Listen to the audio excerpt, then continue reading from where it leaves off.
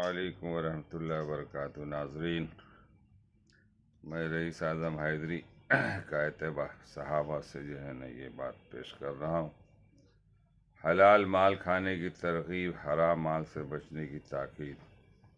نبی اکرم صلی اللہ علیہ وسلم کا ارشاد ہے کہ اللہ تعالیٰ شان و خود پاک ہیں اور پاک ہی مال قبول فرماتے۔ مسلمانوں کو اس چیز کا حکم دیا جس کا اپنے رسولوں کو حکم فرمایا۔ چنانچہ کلام پاک میں ارشاد ہے، یا ایھا الرسول کلوا من الطیبات واعملوا صالحا انی بما تعملون علیم۔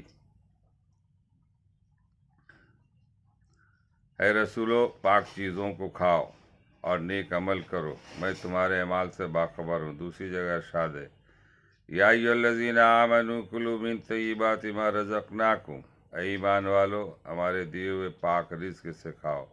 اس کے بعد حضور صلی اللہ علیہ وسلم نے ایک شخص کا ذکر فرمایا کہ لمبے لمبے سفر کرتا اور مسافر کی دعا قبول ہوتی، اور اس کے ساتھ ہی بکھرے ہوئے بالوں والا، غبار آلود کپڑوں والا، یعنی پریشان حال، دونوں ہاتھ آسمان کی طرف پھیلا کر کہتا ہے، اے اللہ، اے اللہ، اے اللہ، لیکن کھانا بھی اس کا حرام ہے، پینا بھی حرام ہے، لباس بھی حرام ہے، ہمیشہ حرام ہی کھایا، تو اس کی دعا کہاں قبول ہو سکتی ہے؟ فائدہ، لوگوں کو ہمیشہ سوچ رہتا ہے کہ مسلمانوں کی دعائیں قبول نہیں ہوتی، لیکن حالات کا اندازہ اس حدیث شریف سے کیا جا سکتا ہے کہ اگرچہ اللہ جل شانہ اپنے فضل سے کبھی کافر کی بھی دعا قبول فرما لیتے ہیں، چاہے کہ فاسق کی، لیکن متقی کی دعا اصل چیز ہے۔ اسی لیے متقیوں سے دعا کی تمنا کی جاتی ہے۔ جو لوگ چاہتے کہ ہماری دعائیں قبول ہوں، ان کو بہت ضروری ہے کہ حرام مال سے احتراز کریں، اور ایسا کون ہے جو یہ چاہتا ہے کہ میری دعا قبول نہ ہو؟ اللہ تعالی ہم لوگوں کو پڑھنے اور سننے سے زیادہ عمل کرنے کی توفیق عطا فرمائے۔